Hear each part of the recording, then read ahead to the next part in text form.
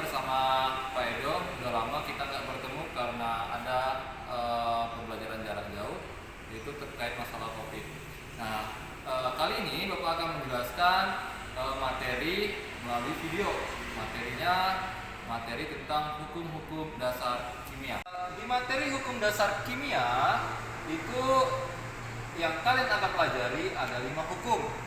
Yang pertama, hukum kekalahan massa atau disebut dengan Lavoisier. Yang kedua, itu adalah hukum perbandingan tetap atau Gauss. Yang ketiga, hukum perbandingan berganda disebut dengan hukum Dalton. Keempat, hukum perbandingan volume atau disebut dengan Gay-Lussac, dan terakhir adalah hipotesis Avogadro.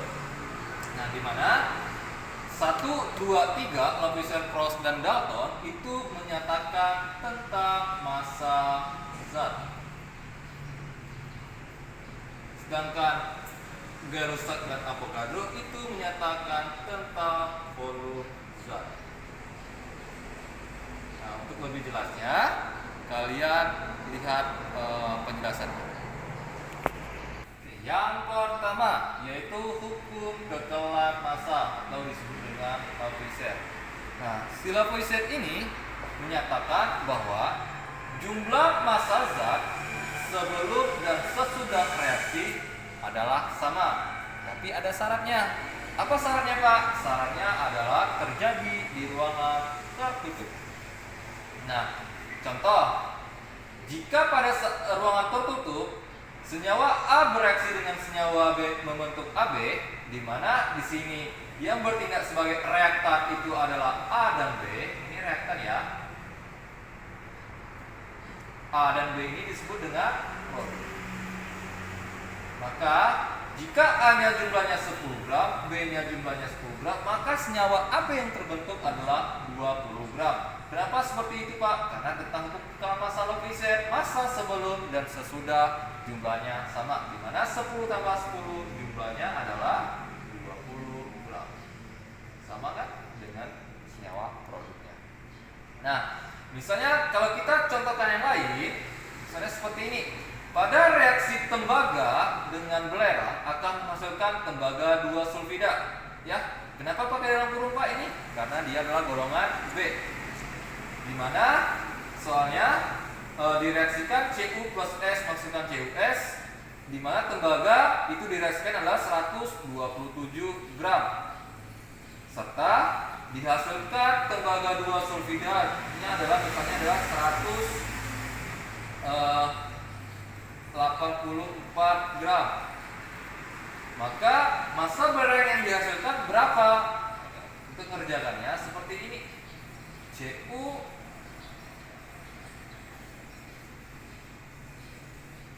plus S dalam solid semua ya, menghasilkan CuS. Jika Cu-nya adalah 127 dan CuS yang dihasilkan 184, maka berapa yang dihasilkan S-nya? S itu sama dengan 184 dikulang 127. Hasilnya adalah 50.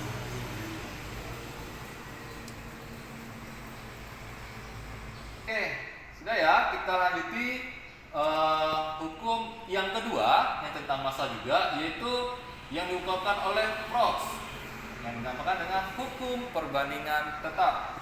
Si Proust menyatakan bahwa dalam suatu senyawa perbandingan massa unsur-unsurnya selalu tetap. Arti kalau ada di sini unsur-unsurnya, berarti unsurnya lebih dari 1. Contohnya, misalnya pembentukan air H2O, di mana air itu kan terbentuk dari hidrogen dan oksigen, seperti ini ya. Maka ada beberapa percobaan. Nah, ini, maka apakah ini itu bisa menyatakan hukum perbandingan tetap? Kita lihat. Percobaan pertama, massa hidrogennya adalah 1 gram, massa oksigennya 8 gram, massa air adalah 9 gram. Ini jika 1 tambah 8 adalah hasilnya adalah 9 gram. Ternyata hukum yang pertama tadi apa? Lavoisier memenuhi di percobaan pertama. Namun Di percobaan kedua, 2 gram ditambah 8 gram hasilnya 9 gram. Ini tidak memenuhi hukum Lavoisier. Seharusnya totalnya adalah 10 gram, tapi dihasilkan adalah 9 gram. Ternyata ada sisanya. Sisanya adalah 1 gram hidrogen. Nah, yang ketiga, ternyata hasilnya 1 tambah 9 bukan 10, malah 9 gram lagi, tapi ada sisa. Ternyata sisanya adalah oksigen. Dan terakhir 2 tambah 6 hasilnya 18 gram. Sama ya? Ternyata 1 dan 4 memenuhi hukum Lavoisier. Nah, di sini dapat dilihat bahwa ada perbandingan senyawa hidrogen dan oksigen dalam pembentukan H2O. Perbandingannya gimana Pak? Perbandingannya untuk setiap hidrogen jumlahnya 1, maka oksigennya jumlahnya 8. Kalau kelipatannya, maka hasilnya airnya juga kelipatannya. Maka dapat disimpulkan dalam pembentukan senyawa air, senyawa hidrogennya harus 1 gram dan senyawa oksigennya harus 8 untuk membentuk 9 gram. Jadi yang ini 2, 16 untuk membentuk 18 gram. Dapat disimpulkan perbandingannya adalah 1:8. Ini perbandingan. Terlihat bahwa dia memenuhi hukum Proust, di mana perbandingan massa unsur-unsurnya selalu tetap, baik dia 1 gram, baik dia 2 gram. Oke, kita lanjut ya. Hukum yang ketiga yaitu hukum perbandingan berganda atau disebut dengan hukum Dalton. Si Dalton menyatakan jika unsur-unsur dapat membentuk 2 senyawa atau lebih, maka jika salah satu unsurnya adalah sama, maka unsur keduanya itu adalah berbanding sebagai bilangan bulat dan sederhana. Maksudnya gimana Pak? Nah, biar lebih paham begini. Unsur X dan unsur Y itu membentuk 2 senyawa, senyawa 1 dan senyawa 2. Nah, senyawa 1 mengandung 30 gram X dan 160 gram unsur Y. Ya. Sedangkan senyawa 2 itu mengandung 90 gram dan 240 gram unsur Y. Maka berapa perbandingan massa unsur Y sesuai dengan hukum Dalton? Untuk mengerjakannya, kalian bandingkan dulu 30 dengan 160, itu perbandingannya adalah 3 dibanding 6. Ya, 3 dibanding 6. 90 bagi 240 sama-sama dibagi 3. Ya, 3 240 bagi 3 adalah 8. Ya, yang ditanya adalah perbandingan unsur Y, senyawa 1 dan senyawa 2. Perbandingannya adalah ya. Ini 4 16 ya, perbandingannya adalah 16 dibanding 8. Perbandingannya adalah 2 banding 1. Seperti itu ya. Yaitu tentang hukum perbandingan volume, di mana dikeluarkan oleh Guy Susan. Susan ini menyatakan bahwa pada temperatur dan tekanan yang sama, perbandingan volume gas yang bereaksi dan volume gas hasil reaksi merupakan perbandingan bulat dan sederhana. Ini gimana sih maksudnya Pak?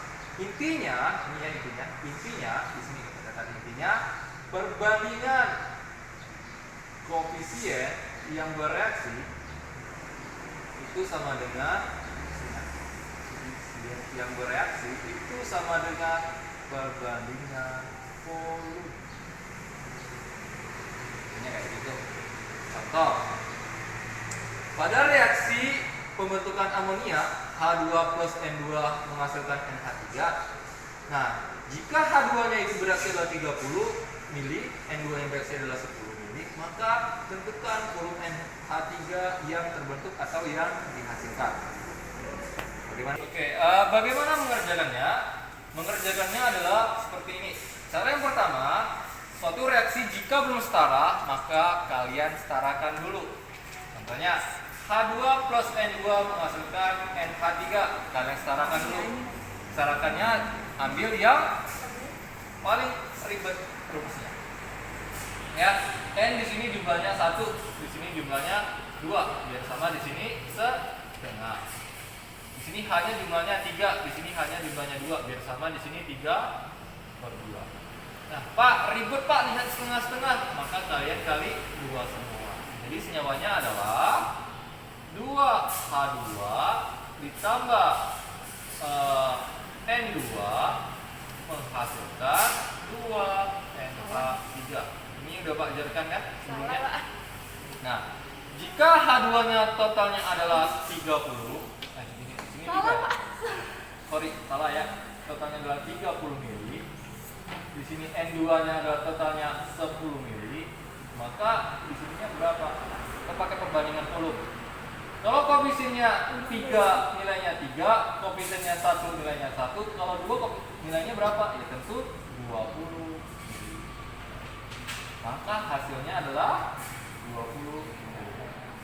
Di sini dilihat perbandingan koefisien sama dengan perbandingan volume. Jika koefisien 3 nilainya 30, koefisien 1 nilainya 10, maka kalau 2 berapa Pak? Kalau 2 tentu 20. Maka NH3 dihasilkan 20 ml. Oke, yang terakhir ya, yang kelima yaitu hipotesis Avogadro. Di mana Avogadro ini menyatakan gas-gas yang volumenya sama jika diukur pada temperatur dan tekanan yang sama, maka mengandung jumlah molekul yang sama, atau jumlah molekul ini kita sebut dengan mol ya, yang sama. Nah, dia hampir sama dengan hukum Gay-Lussac, yaitu perbandingan volume itu sama dengan perbandingan koefisien reaksi ya, atau perbandingan volume sama dengan perbandingan mol.